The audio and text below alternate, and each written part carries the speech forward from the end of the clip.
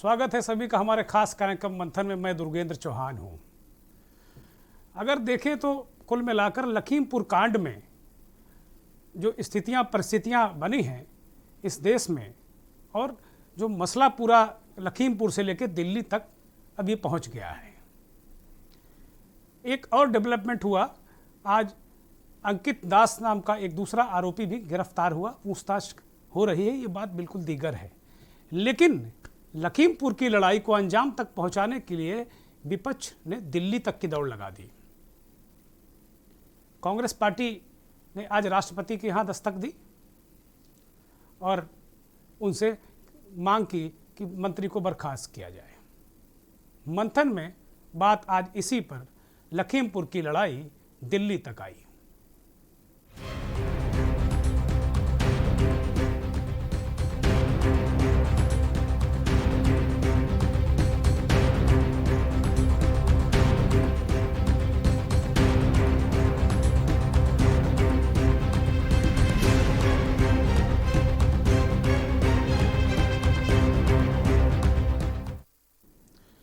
तो ये लड़ाई दिल्ली तक अब पहुंच गई है और अब एक तरीके से भारतीय जनता पार्टी के जो शीर्ष नेतृत्व पर एक तरीके से दबाव बनने लगा है कि वो कम से कम अब इस मामले में कोई कदम उठाए। क्योंकि अगर देखें तो जवाबदेही की राजनीति और सिद्धांतों की राजनीति, नैतिकता की राजनीति, बहुत बड़े बड़े शब्द हैं जो राजनीति करने वालों के मुंह से अक्सर हम सुनते हैं।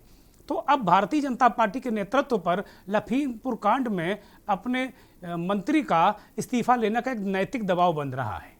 लेकिन राजनीति है, वोट बैंक पर नैतिकता भारी नहीं पड़ती कभी भी, यानी नैतिकता पर वोट बैंक भारी पड़ जाता है।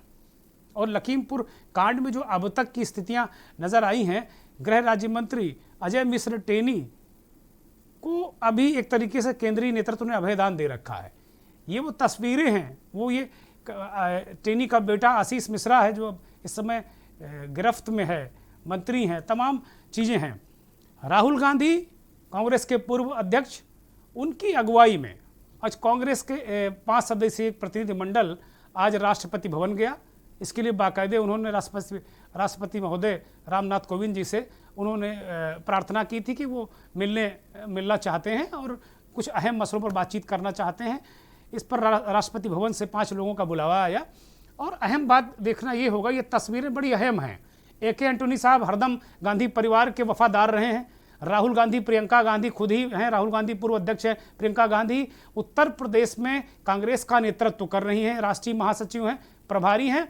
और लखीमपुर कांड में भी अगर देखा जाए तो सही मायने में प्रियंका गांधी ही विपक्ष का नेतृत्व करती नजर आ रही हैं। प्रियंका गांधी ने लगातार इस मसले को उठाया है, इसके लिए लड़ी हैं, लखीमपुर जाने के लिए धरने पर बैठी और तमाम जो तरीके की तस्वीरें आई उन्होंने एक तरीके से बहुत ज़बरदस्त प्रयास किया। कांग्रेस पार्टी, समाजवादी पार्टी और बहुजन समाज पार्टी, आम आदमी पार्टी, ये जो राजनीतिक दल हैं, इनके साथ में किसान संगठन, किसान मोर्चा, राकेश टिकैत, ये सब मिलके एक ऐसा दबाव बनाने की कोशिश कर रहे हैं। नैतिक दबाव है, इसमें कहीं कोई संदेह नहीं, कोई अनैतिक दबाव नहीं बना रहे हैं। लेकिन ये तस्वीरें अप्रत्याशित थी। इस लोगों को नहीं लग रहा था, कहीं सत्ता पक्ष को भी इसकी उम्मीद नहीं थी कि कांग्रेस आज राष्ट्रपति भवन तक मार्च कर देगी। उसके 5 नेता, उसके शीर्ष 5 नेता, इसमें राहुल गांधी, प्रियंका गांधी, AK एंटोनी साहब, मल्लिकार्जुन खड़गे जो राज्यसभा में नेता प्रतिपक्ष हैं गुलाम नबी आज़ाद की जगह, और गुलाम नबी आज़ाद स्वयं। अभी तक जो देखा गया कि G23 के सदस्य हैं गुलाम नबी आज़ाद, जो कांग्रेस का एक असंतुष्टों का ग्रुप है G23, उसके प्रमुख सदस्य हैं। और अभी कपिल सिब्बल के खिलाफ कुछ कांग्रेसियों ने प्रदर्शन किया, उन्होंने नेतृत्व पर निशाना साधा था, तो गुलाम नबी आज़ाद बिल्कुल सीना आगे करके आगे आ गए थे।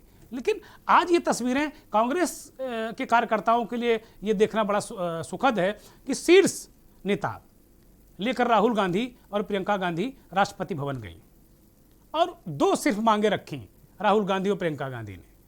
अब पूरे जो कांग्रेस के प्रतिनिधिमंडल ने उन्होंने कहा कि भाई जो ये पूरे लखीमपुर कांड की न्यायिक जांच सुप्रीम कोर्ट या हाई कोर्ट के जो 2 मौजूदा जज हैं उनसे कराई जाए, क्योंकि इसके बिना न्याय संभव नहीं है। और जो अभी उत्तर प्रदेश की सरकार ने न्यायिक जांच की बात कही है, उसमें रिटायर्ड जज से न्यायिक जांच की बात की है। इससे न्याय के प्रति लोगों का भरोसा, जो सरकार का सिस्टम है या सरकार है उसके प्रति भरोसा रहेगा नहीं। तो एक मौजूदा जज से कम से कम 2 जजों का एक आयोग बनाया जाए, जांच आयोग। वो जज सुप्रीम कोर्ट की भी हो सकते हैं, वो जज हाई कोर्ट की भी हो सकते हैं। ऐसी एक जो जांच कराई जाए, और साथ ही इस सबसे पहले केंद्रीय गृह राज्य मंत्री अजय मिश्रा टेनी को बर्खास्त किया जाए। ये 2 बड़ी अहम मांगे थी, और कांग्रेस ने बहुत ज़्यादा लच्छे लुबाब बनाने के बजाय सीधे सीधे उन्होंने इसी पर बात कर दी। उन्होंने सीधे सीधे अजय मिश्रा टेनी पर निशाना साध दिया, और उसी के बाद ये बात एक तरीके से बिल्कुल राजनीतिक गलियारों में तैर गई कि अब हो सकता है कि चूंकि उत्तर प्रदेश का चुनाव 2022 में है, तो कांग्रेस नेतृत्व बीजेपी के नेतृत्व पर दबाव बना रहा है। दबाव बनाने पर जो अब तक के दृश्य दिखे, उसमें कांग्रेस पार्टी शीर्ष स्तर पर दबाव बनाती नजर आ रही है। राष्ट्रपति के पास जाना, और जब बाहर निकल कर आए नेता, तो इन्होंने इस बात की तस्दीक की कि राष्ट्रपति महोदय ने कहा कि वो सरकार से बात करेंगे, और ये अपने आप में बड़ा महत्वपूर्ण है कि सरकार से बात करेंगे। ठीक है, राष्ट्रपति हैं, उनका विशेषाधिकार है, और वो अपने तरीके से बात करते हैं। वो पॉलिटिकल पर्सनालिटी नहीं है कि वो राजनीतिक नेताओं की तरह बयानबाजी करें या सारी चीज़ों को करें। लेकिन कांग्रेस ने इसे राष्ट्रीय फलक पर लाकर खड़ा कर दिया। इसके पीछे वजह भी है। एक तो वो कांग्रेस पार्टी इनके जरिए न्याय दिलाना भी चाहती है इन किसान के परिवारों को। पत्रकार का भी मुद्दा उन्होंने शामिल किया, रमन कश्यप का। तो 4 किसान और रमन कश्यप के मसले को लेकर कांग्रेस पार्टी राष्ट्रपति भवन गई थी और मुलाकात की। मुलाकात के बाद राहुल गांधी ने क्या कहा, क्या बातें हुई और क्या भरोसा मिला, ये जरा सुनिए। चाहते हैं कि जिस व्यक्ति ने ये हत्या की है उसको सजा मिले, और उन्होंने ये भी कहा कि जिस व्यक्ति ने हत्या की है उस व्यक्ति के पिता हिंदुस्तान के होम मिनिस्टर हैं। हिंदुस्तान के होम मिनिस्टर हैं, और इसीलिए जब तक वह व्यक्ति मिनिस्टर है तब तक सही जांच और न्याय नहीं मिल सकता है। वो चाहते हैं कि जिस व्यक्ति ने बिल्कुल दो टूक कहा राहुल गांधी ने कि भाई ये बात उन्होंने रखी, कांग्रेस पार्टी के नेताओं ने राष्ट्रपति रामनाथ कोविंद जी के सामने रखी कि भाई जिसका पिता गृह राज्य मंत्री है भारत का, और 2 दिन पहले तक आशीष मिश्रा जो गृह राज्य मंत्री के बेटे हैं वो मुख्य आरोपी हैं किसानों को कुचल कर मारने के। तो जो व्यक्ति गिरफ्तार हुआ है इस पूरे मसले पर, उनके पिता गृह राज्य मंत्री हैं, और 2 दिन पहले तक गृह राज्य मंत्री महोदय अपने बेटे को प्रेस कॉन्फ्रेंस करके डिफेंड कर रहे थे, खुलेआम कर रहे थे कि नहीं मेरा बेटा निर्दोष है, मेरा बेटा निर्दोष है। तो ये एक तरीके से दबाव बनाने का, और उन्होंने यहाँ तक कहा था कि उनके पास CDR है, उनके पास फुटेज हैं, ये तमाम इत्यादि चीज़ें हैं। उन्होंने अपने बेटे के समर्थन में कई दलीलें भी दी। तो जाहिर सी बात है कि जब एक जिम्मेदार पद पर एक बहुत संवैधानिक पद है, मंत्री का एक बहुत महत्वपूर्ण पद है, उस पद पर बैठा व्यक्ति अगर खुलकर अपने बेटे की पैरोकारी करे, ठीक वो नहीं कुछ बोलते, तो मुझे लगता है कि इसमें वो कम दोषी होते हैं। लेकिन उन्होंने खुलकर पैरोकारी की, अपने बेटे को निर्दोष बताया। तो जाहिर सी बात है कि भाई मंत्री का बेटा है, कौन सी एजेंसी मंत्री के बेटे से बड़ी सख्ती से पूछताछ कर लेगी, जबकि उत्तर प्रदेश में भारतीय जनता पार्टी की सरकार है और केंद्र में भारतीय जनता पार्टी की सरकार है। तो उसका कौन से अधिकारी की हिम्मत है? ये बात विपक्ष कह रहा है, ये बात लगातार विपक्ष उठा रहा है कि भाई किस अधिकारी को अपनी ऐसी तैसी करवानी है जो आशीष मिश्रा सख्ती से बात करे। अब राकेश टिकैत ने तो यहाँ तक कहा कि भाई अगर आप रेड कारपेट बिछाकर कहते हैं मंत्री जी के बेटे को आशीष भैया, मोनू भैया आ जाइए, और बुला लेते हैं आप, बड़ी मिन्नत करने के बाद वो व्यक्ति आता है। उसके बाद जो पूछताछ करते हैं वो गुलदस्ते वाली, बड़ी अजीब पूछताछ करते हैं। रिमांड में भी कोई पूछताछ नहीं करते, सख्ती बरती नहीं जाती है, सख्ती से पूछताछ होती नहीं है, ये सारी बातें कहीं। हालांकि आज जो SIT है, क्राइम ब्रांच है, SIT जो जांच कर रही है SIT, उसने आज आशीष मिश्रा और उनके दोस्त अंकित दास को आमने सामने बैठाकर भी कुछ क्रॉस क्वेश्चनिंग की है। अंकित दास मरहूम नेता, कांग्रेस के मरहूम नेता, ये तस्वीर है अंकित दास के, ये है आशीष मिश्रा। आज जो अंकित दास हैं वो बहुत जिगरी दोस्त हैं आशीष मिश्रा के। और अंकित दास के बारे में बता दूं कि मरहूम नेता जो लंबे समय तक कांग्रेस के राज्यसभा के सांसद रहे, लखनऊ से कई बार चुनाव लड़े और केंद्र में इस्पात राज्य मंत्री भी रहे अखिलेश दास, बहुजन समाज पार्टी में भी रहे। तो अखिलेश दास के भतीजे हैं अंकित दास।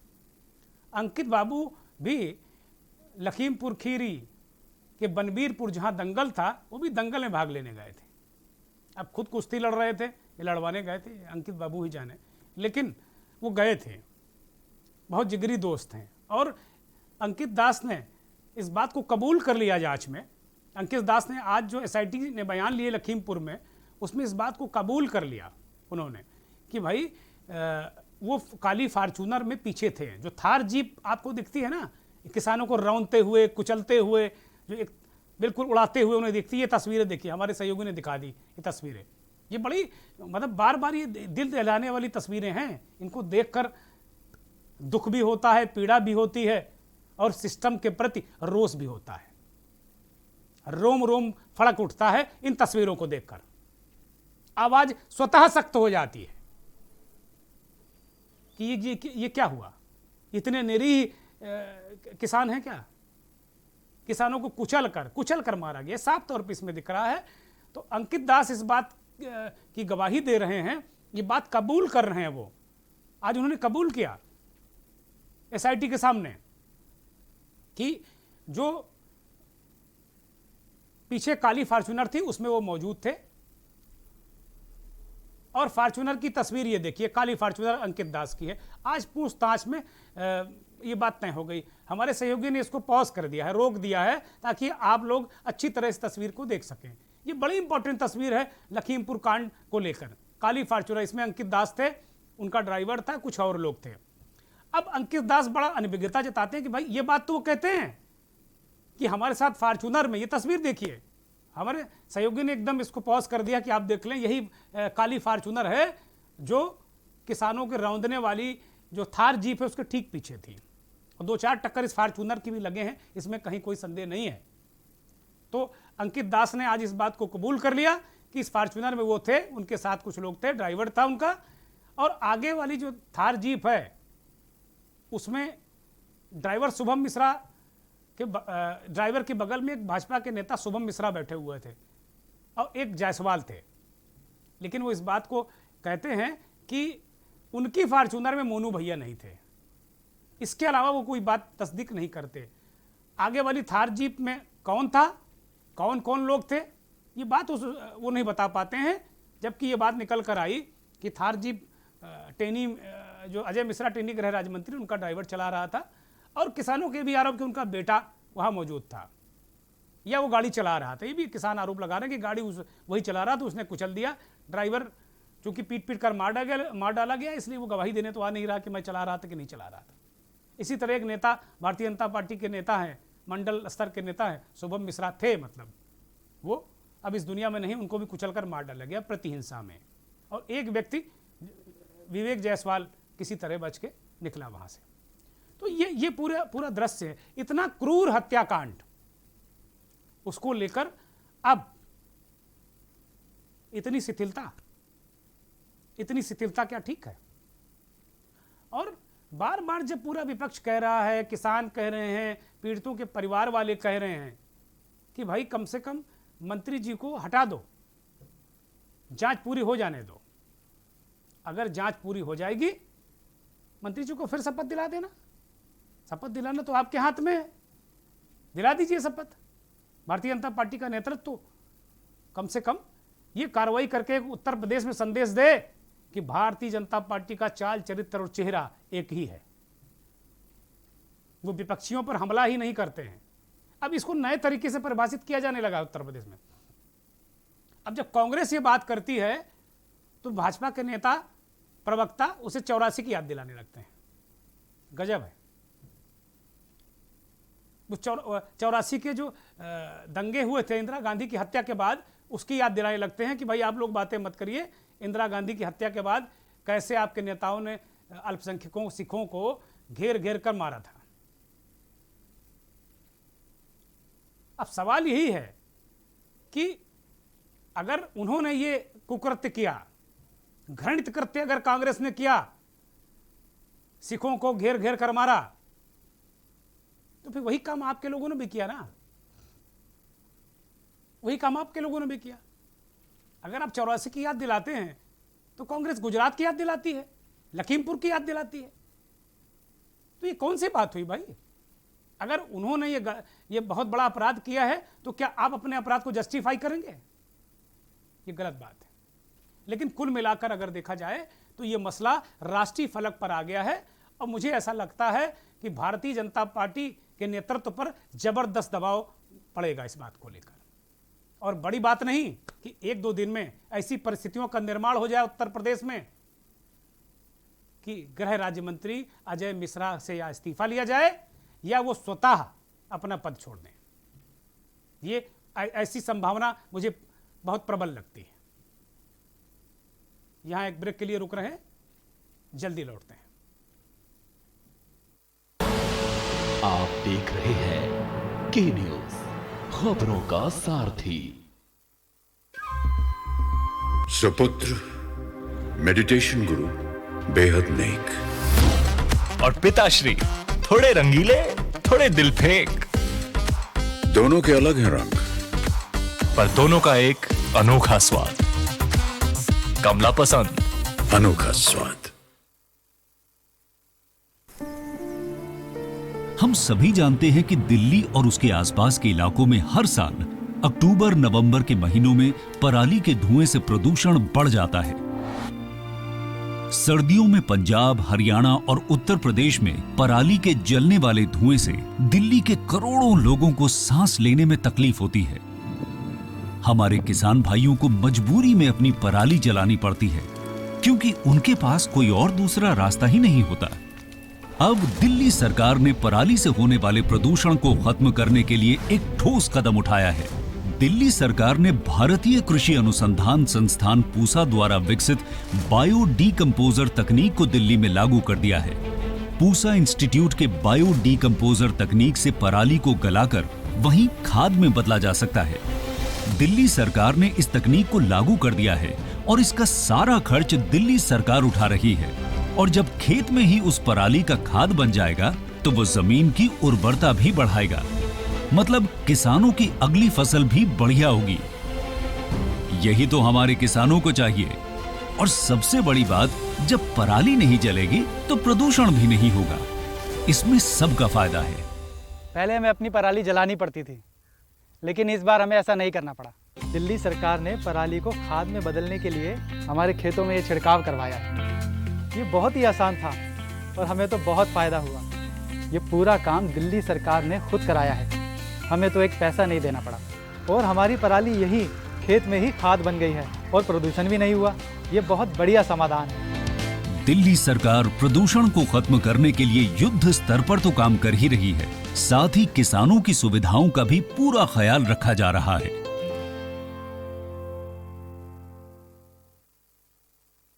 और खुशबू में झूम के भाई लेके आए गोल्डी मसाले। गोल्डी मसाले, खुशबू और स्वाद ऐसा तो रिश्तों में गुस्सा कैसा। पर ये दिल है कि चख रहा है उन्हीं अल्फाजों का दूर कितना भी जाओ, इस जुबान से दूर ना जा पाओगे। विमल, बोलो जुबान केसरी। आप देख रहे हैं के न्यूज, खबरों का सारथी। ब्रेक के बाद एक बार फिर आपका स्वागत है। बात करेंगे समाजवादी पार्टी के नेताजी यानी अखिलेश यादव की। और नए नेताजी समाजवादी पार्टी के अब तो काफ़ी पुराने हो गए हैं, लेकिन समाजवादी पार्टी के युवा नेता, युवा मुखिया अखिलेश यादव की और उनकी बुंदेलखंड वाली सियासत की बात करेंगे। कानपुर से रथ यात्रा की शुरुआत करने वाले अखिलेश यादव बुंदेलखंड की खाक छानते फिर रहे हैं। जबरदस्त जन समर्थन वहाँ अखिलेश यादव को मिल रहा है। भीड़ इसकी गवाह है। इस बात की भीड़ गवाह है यात्रा का जिस तरीके से स्वागत हो रहा है, ये विजय रथ यात्रा है और अखिलेश यादव विजय रथ पर सवार होकर निकले हैं। इस रथ यात्रा को कानपुर से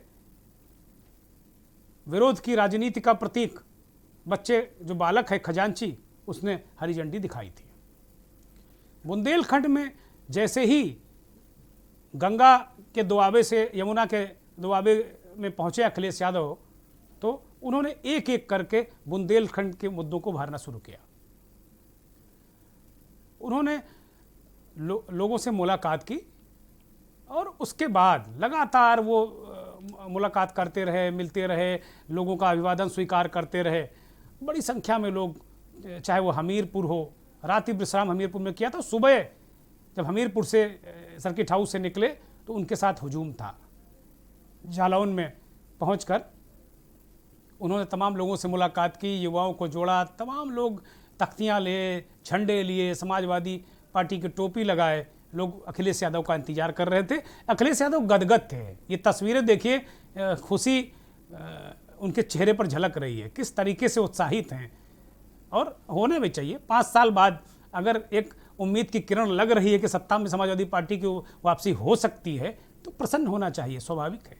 और अखिलेश यादव कोई नाजायज़ नहीं प्रसन्न हो रहे हैं, जायज़ है भाई। बनता है इतना कि जो नेता 5 साल सत्ता से बाहर रहा हो, और सत्ता तो एक ऐसी संजीवनी है नेताओं के लिए कि बिल्कुल वो हाव भाव, अंदाज, चेहरा मोहरा सब बदल देती है। जो 2012 में सत्ता मिली थी उनके पिता की बदौलत। अगर सही मायने में अखिलेश यादव को जब भी अब सत्ता मिलेगी, 2022 में विधानसभा का चुनाव है उत्तर प्रदेश का, अगर वो सत्ता में आते हैं तो इस बार जो सत्ता मिलेगी वो अखिलेश की अपनी मेहनत पर मिलेगी। और विरोधी उन पर निशाना भी साधते हैं कि वो 4.5 साल अंदर रहे, लेकिन अखिलेश कहते हैं 4.5 साल हम जनता के बीच में रहे। ये सब घात प्रतिघात चलते रहेंगे, लेकिन ये जो इतना बड़ा हुजूम, इतने बड़े लोग, और लेकिन गाने अभी भी मुलायम सिंह के बज रहे हैं, धरती पुत्र मुलायम सिंह के, जो कभी मुलायम सिंह की सभाओं में गाने बजा करते थे, वो गाने बज रहे हैं। अगर थोड़ा सा एम्बियंस हो तो इसमें सुनाया जाए।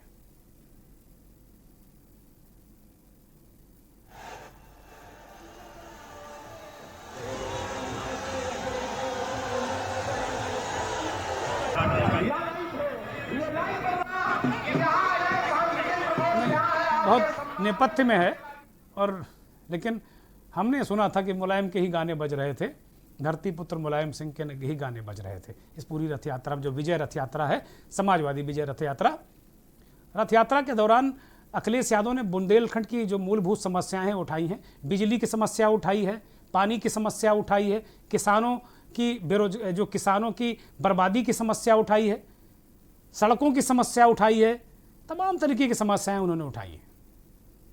एक तरीके से हमला किया, कहा भाई बिजली महंगी कर दी, हालत खराब हो गई।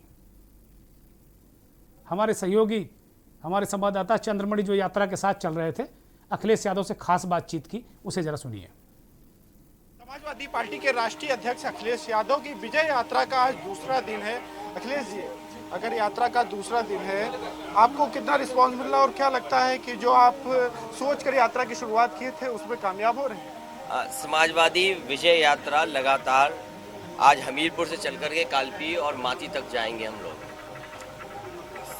जिस तरह का जोश और उत्साह दिखाई दे रहा है, जनता समर्थन करेगी और जनता ने मन बना लिया कि इस बार भारतीय जनता पार्टी के ऊपर वोट का बुलडोजर चलेगा। जहां हासिल हुई भारतीय जनता पार्टी को, वहीं सबसे ज्यादा धोखा बुंदेलखंड की जनता को दिया।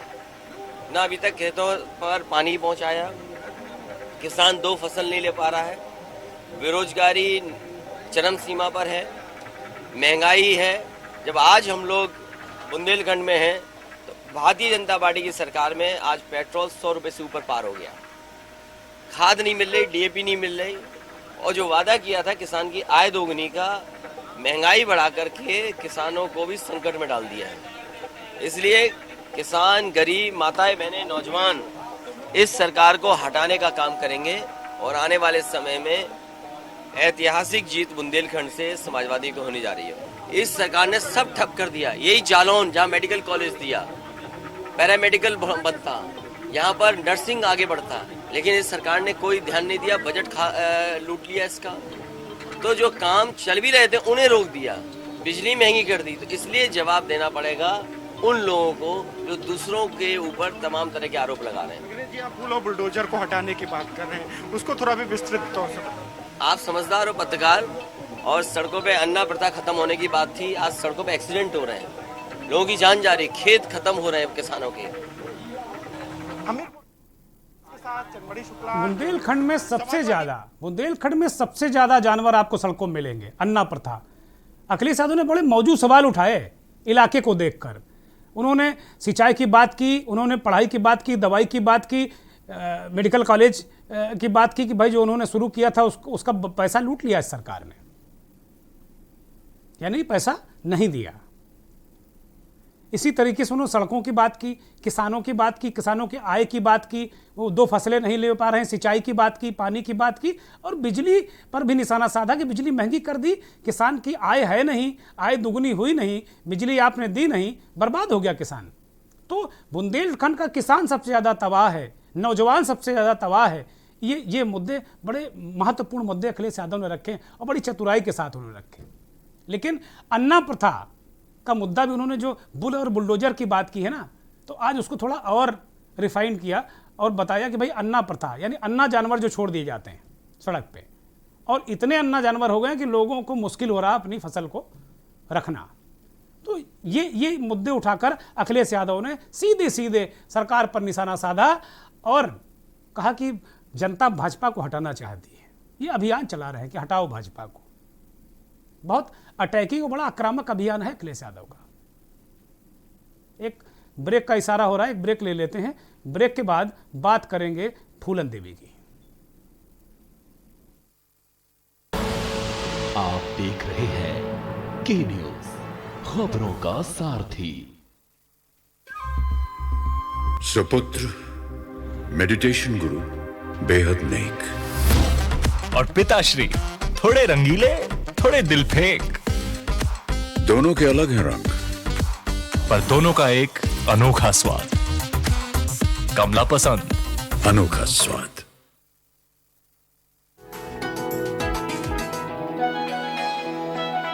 नमस्कार, उत्तराखंड सीएम हेल्पलाइन में आपका स्वागत है। उत्तराखंड सरकार और नागरिकों के बीच नहीं है दूरी। सीएम हेल्पलाइन नंबर 1905 ने खत्म की हर मजबूरी। उत्तराखंड राज्य में सुशासन की पहचान बन चुकी मुख्यमंत्री हेल्पलाइन के माध्यम से जनता की शिकायतों और समस्याओं का तेजी से समाधान हो रहा है। सीएम हेल्पलाइन सेवा 1905 के माध्यम से जनता सीधे मुख्यमंत्री तक अपनी समस्याएं पहुंचा सकती है। सरकारी विभागों में पारदर्शिता और कार्यशैली में गुणवत्ता के साथ जवाबदेही तय करना प्रदेश सरकार की सर्वोच्च प्राथमिकताओं में शामिल है, जिस लक्ष्य को हासिल करते हुए सीएम हेल्पलाइन 1905 शानदार कामयाबी हासिल कर रही है। आपने सीएम हेल्पलाइन में कोई अपनी शिकायत दर्ज करवाई थी? जैसे ही मैंने उस सीएम हेल्पलाइन में कॉल कर की थी, उसके 12 घंटे के अंदर मेरे नंबर पे सॉल्व हो गई थी सर। ये तो काफ़ी इजी हो गया अब हेल्पलाइन में शिकायत करना, और वाकई 2 से 3 दिन के अंदर ही रिस्पॉन्स आ गया। ये बहुत अच्छा स्टेप है और बहुत फायदेमंद है। आज राज्य में सुराज और सुशासन के साथ साथ सरकार के प्रति जनता के भरोसे की नींव को मजबूत कर रही है सीएम हेल्पलाइन 1905। सुशासन की दिशा में उत्तराखंड सरकार के बढ़ते कदम, सरकार और जनता के बीच सिर्फ एक कॉल ले दूरी की कम। जब पशुओं को मिलेगा प्यार और मिल्को मोर पशु आहार, तो दूध बहेगा, मुनाफा बढ़ेगा। मिल्को मोर पशु आहार, जुबान के लिए उड़ चला गैरों की जमीन पर, खुशबू अपने पन की ढूंढता। दूर कितना भी जा, इस जुबान से दूर ना जा पाओगे। विमल, बोलो जुबान केसरी। आप देख रहे हैं के न्यूज, खबरों का सारथी। अपनी यात्रा के दौरान अखिलेश यादव ने किसानों, नौजवानों, सिंचाई, दवाई, पढ़ाई, इनकी तो बात की ही, लेकिन अगर जातिगत समीकरण ना साधे जाएं तो फिर बड़ा मुश्किल होता है वोटिंग के दिन, क्योंकि उत्तर प्रदेश चाहे जो कुछ कहे, मैं इस बात को मानने को तैयार नहीं कि बिना जाति गुणा गणित के उत्तर प्रदेश की में सरकार बनाई जा सकती है। आपको कोई भी दल हो उसको जाति गुणा गणित जरूर लगाना पड़ेगा। और यमुना बेतवा जो पूरा बेल्ट है, जो यमुना के किनारे किनारे हमीरपुर से लेकर जालौन तक जो पूरा बेल्ट है, वहाँ मछुआ, मछुआरे, मल्लाह, निषाद, ये बहुत बड़ी आबादी है इनकी। हमीरपुर जो सदर सीट है वहाँ भी बहुत निर्णायक वोट है, जालौन में भी ये निर्णायक वोट है। सारे दल जो फूलन देवी को राजनीति लेकर कर रहे थे, वो सारे दलों को अखिलेश यादव ने नेताजी वाली दुलत्ती मार दी। नेताजी का ये दांव है, धोबी पछाड़ और दुलत्ती। नेताजी पहलवान रहे हैं मुलायम सिंह यादव, तो बेटे को कुछ ना कुछ गुर तो सिखाएंगे ही। तो नेताजी वाला जो दांव है ना, अखिलेश यादव ने यहाँ चल दिया। ये तस्वीर में आप देख रहे हैं, ये कभी 10 से सुंदरी रही और समाजवादी पार्टी की सांसद रही फूलन देवी की माता जी हैं मूला देवी। अखिलेश यादव ने जहाँ कार्यक्रम था अखिलेश यादव को, मूला देवी को बाकायदे वहाँ लाया गया था अखिलेश को मिलाने के लिए। मूला देवी बाकायदे अखिलेश को स्नेह के साथ उनके कंधे पर हाथ रखी और कान में कुछ कह भी रही, और अखिलेश बड़े विनम्र भाव से उनसे हाथ जोड़कर मिल रहे हैं और उन्हें उनकी बात का जवाब भी दे रहे हैं। राजनीति में ये संकेत और संदेश बहुत काम करते हैं, बहुत काम करते हैं। इतना ही संकेत, ये नेताजी का स्टाइल है कि किसी के कान में कुछ कह देना, किसी से अपने कान में कुछ कहला लेना, ये सारी बातें नेताजी की हैं। ये अपने आप ये सारा बहुत कुछ हो जाता था। रातों रात मुलायम सिंह हालात बदल देते थे। बेटे तो उन्हीं के हैं। और अगर थोड़ा सा पीछे जाए तो देखें कि बीहड़ से निकलकर जब फूलन देवी ने सरेंडर किया और जब सरेंडर करने के बाद जब निकल कर आई वो, तो समाजवादी पार्टी ने उन्हें राजनीतिक शरण दी, भदोही से सांसद बनाया। और जब उनकी हत्या दिल्ली में हुई तो फूलन देवी समाजवादी पार्टी की सांसद थी। हालांकि बिहार की नई नवेली पार्टी वीआईपी पार्टी, जो उसके मुखिया मुकेश सहनी अपने आप को सनाफ मल्लाह कहते हैं, पिछले दिनों उन्होंने फूलन देवी की जयंती पर उनकी प्रतिमाएं लगाने की कोशिश की थी। उन प्रतिमाओं को उत्तर प्रदेश की सरकार ने थाने में जमा करवा दिया। अभी समाजवादी पार्टी ने भी 14 सितंबर को यह कोशिश की थी। उसके नेता और पिछड़ा वर्ग प्रकोष्ठ के अध्यक्ष राज्यपाल कश्यप मूर्ति लेकर जा रहे थे, उनको भी रोक दिया गया और वो भी मूर्ति नहीं लगा पाए।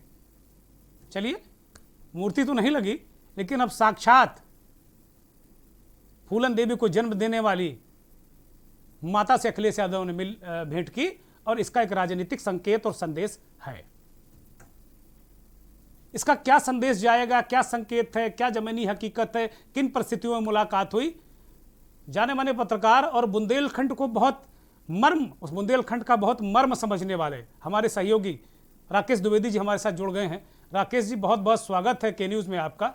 बहुत दिनों बाद मुलाकात हो रही है और बहुत दिनों बाद एक दूसरे को देख भी रहे हैं। बहुत स्वागत है। व्यक्तिगत रूप से आपको देखना मुझे बहुत अच्छा लग रहा है, सुखद अनुभूति हो रही है। राकेश जी, आज ये जो घटनाक्रम हुआ जिसकी भी हम चर्चा कर रहे थे, फूलन देवी की मां से अखिलेश यादव मिले और पूरा जो बुंदेलखंड का जो इलाका है वहाँ क्या संदेश और क्या संकेत गया, इसके राजनीतिक निहितार्थ क्या हैं? चूँकि आप बहुत बेहतरीन तरीके से, जो आप लिखते पढ़ते रहते हैं, मैं पढ़ता रहता हूँ, बड़ी बेहतरीन तरीके से चीज़ों को आप रखते हैं और निश्चित रूप से वो काबिल तारीफ है। राकेश जी।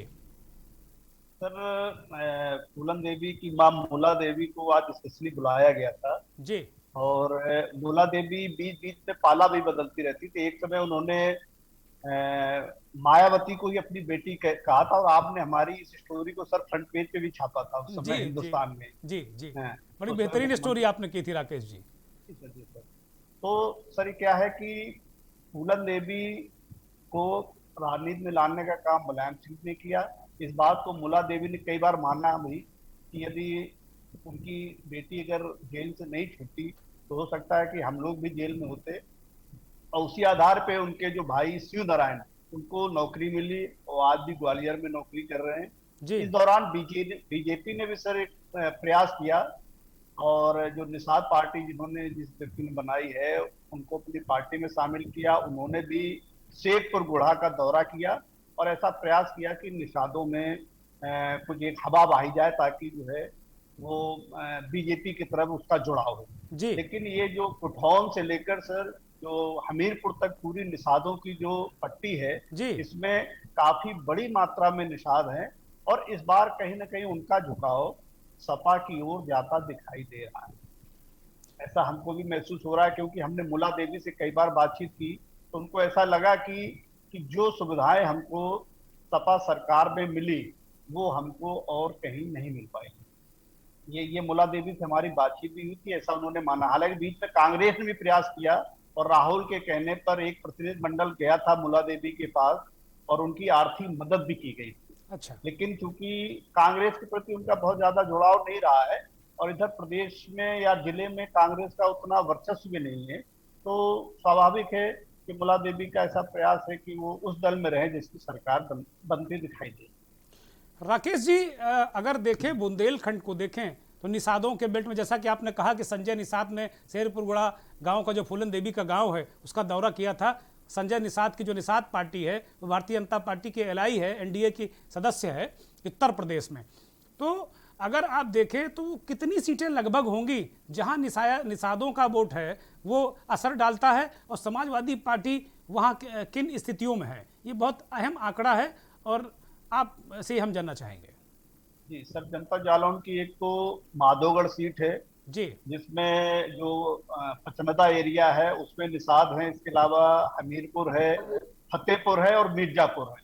ये 4-5 जिले ऐसे हैं जहां पर निषादों का बाहुल है और वो कम से कम हार जीत में एक बड़ा अंतर पैदा कर देते हैं। हमीरपुर में जो सदर सीट है साध्वी निरंजन ज्योति वहां से विधायक रही, निषाद समुदाय से आती हैं, अब वो फतेहपुर से सांसद हैं। क्या जो सदर से लेके जो यमुना का पूरा इलाका है और जालौन तक वहाँ निषादों की जैसा आपने कहा अच्छी आबादी है, तो क्या अखिलेश यादव निषादों के बीच में एक संदेश और संकेत देने में कामयाब रहे इस यात्रा के दौरान? राकेश जी। जी सर जब अमर सिंह जी थे जब सपा में जी तब बीच में जो है मुला परिवार से या फूलन देवी परिवार से दूरी हो गई थी सपा की।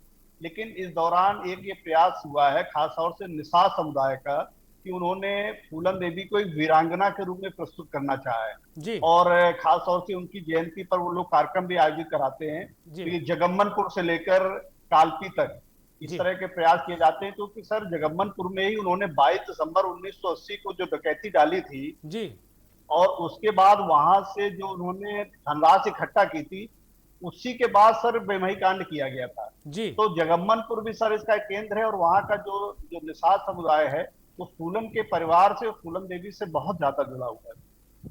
तो कुल मिलाकर जो अगर राकेश जी आपका कहना कि फूलन देवी का परिवार, उनकी मां मूला देवी एक तरीके से निषाद समुदाय का आइकॉन है या सही मायने में नेता वही हैं?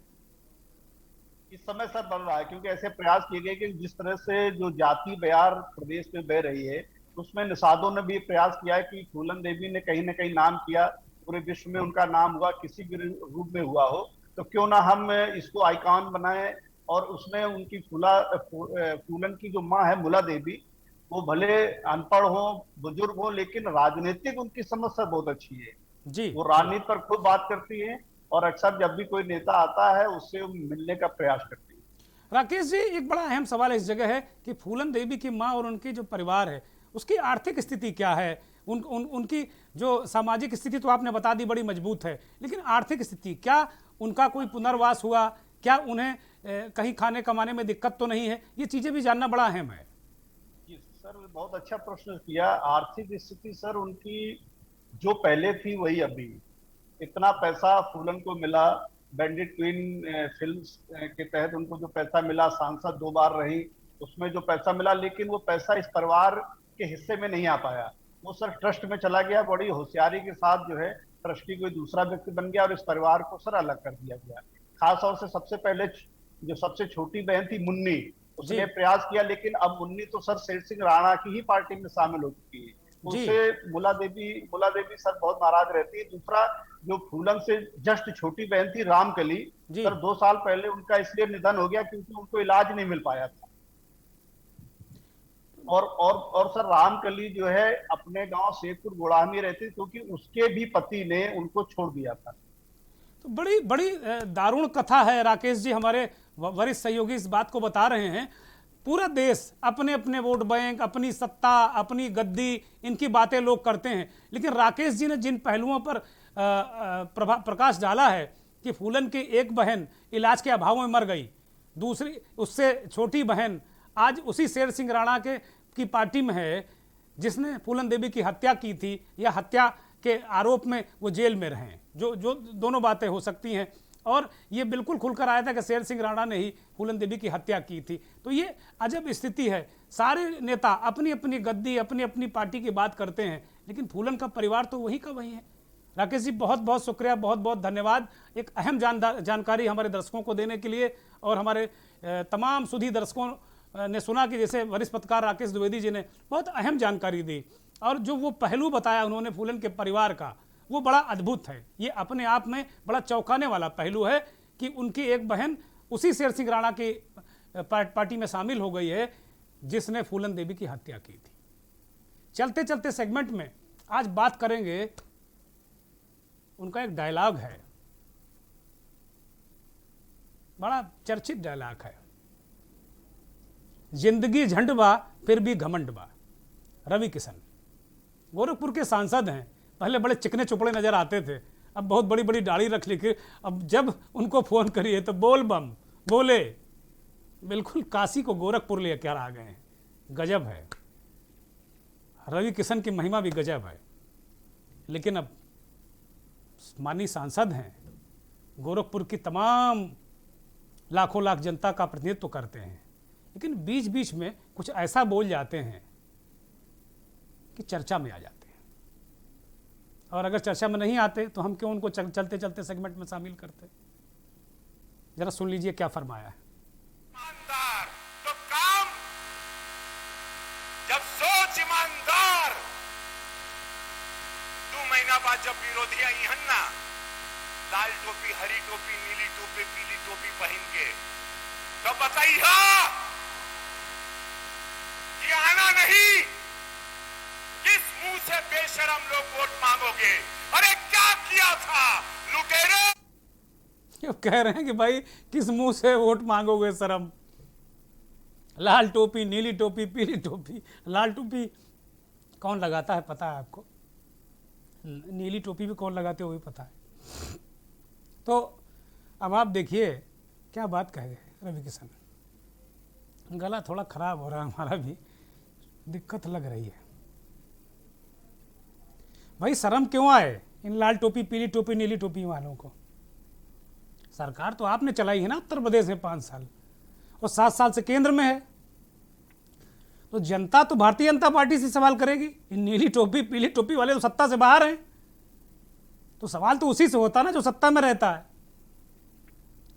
अब जब अभी चुनाव करीब आएगा और उसका जब परिणाम निकलेगा तो वो बता देगा किसको शर्म आई, किसको नहीं आई। कोरोना की जो दूसरी लहर आई थी ना, उसके ठीक पहले एक मुक्ति धाम का जो लोकार्पण करने पहुंचे थे, गोरखपुर में एक मुक्ति धाम का रिनोवेशन हुआ, कायाकल्प हुआ, और उसका लोकार्पण जो समारोह रखा गया, उसमें वक्ता के रूप में रवि किशन ने जो कुछ कहा वो सुर्खियों में रहा। जरा उसको भी सुना देते हैं ताकि आपको याद आ जाए। कि मृत्यु होगी तो डायरेक्ट स्वर्ग में जाओगे, यहां जब आप जलाए जाओगे कितना आनंद आएगा यहां जलने में। अत्याधुनिक है एकदम, और इलेक्ट्रिक वाला है तो फुकाई में टाइम ना लगी, डायरेक्ट चल जाएगा, हरार महादेव स्वर्ग जाओगे। लेकिन स्वर्ग वही जाएगा जो सवेरे यहां पैखाना नहीं करेगा, क्योंकि एक निस्वार्थ त्यागी है जिनको कुछ नहीं चाहिए। जैसे हमारे प्रधानमंत्री वैसे हमारे योगी जी, जोन जोन हम राज्य में जाइला सब हमके का कहलन मालूम हो। मैं तेलुगु फिल्म भी करता हूं, मैं हर भाषा में काम करता हूं, हमको पता है। हमको सब लोग जेन्युइनली बोलते हैं महाराज जी की तरह हमारा को मुख्यमंत्री चाहिए। हर हर महादेव, ये तकिया कलाम है उनका। महादेव को नाम लेना भी अच्छी बात है भाई, लेना चाहिए। जैसे हम गांव में राम राम करते हैं, सीता राम करते हैं, हर हर महादेव भी बहुत बढ़िया है। तो राम जुहार कहते हैं, उसी तरह हर हर महादेव भी अभिवादन का तरीका है, करना चाहिए। क्योंकि महादेव तो तीनों लोकों के स्वामी हैं, मृत्यु के भी देवता हैं। लेकिन आपने सुना क्या कह गए? मुख्यमंत्री योगी महाराज ने माथा पकड़ लिया, कहा भैया किसको माइक दे दिया हमने। कहा कि यहाँ जलने में बड़ा आनंद आएगा, अद्भुत आनंद आएगा। अब जो कुछ कहा वो आपने सुना ही। रवि किशन महाराज सांसद हैं, उन्होंने क्या कुछ कहा, क्या फरमाया, आपने सुना। बिल्कुल अद्भुत आनंद आ जाएगा। अरे वो तो प्राण पखेरु उड़ गया, आनंद किसको आएगा। लेकिन अंदाज है उनका अपना। और इसके बाद जब कोरोना की दूसरी लहर आई ना, तो लाइन लग गई, शमशान भर गए, कब्रिस्तान भर गए, दफनाने और जलाने की जगह नहीं बची। उस दौरान ये वीडियो इतना वायरल हुआ, इतना वायरल हुआ, इतना वायरल हुआ कि मुश्किल में आ गए सांसद जी, और भारतीय जनता पार्टी को फेस सेविंग करना मुश्किल हो गया। तो मेरी एक सलाह है, किसी भी दल का नेता हो, सार्वजनिक जीवन में वाणी का संयम बहुत जरूरी है। जो नेता वाणी का संयम रखते हैं वो बहुत आगे जाते हैं।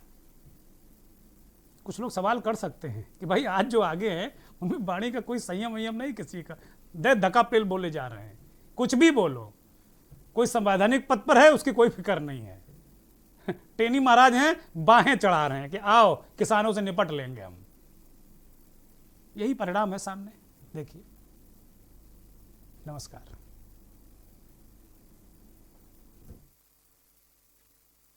इस कार्यक्रम के प्रायोजक करता है कमला पसंद, अनोखा स्वाद।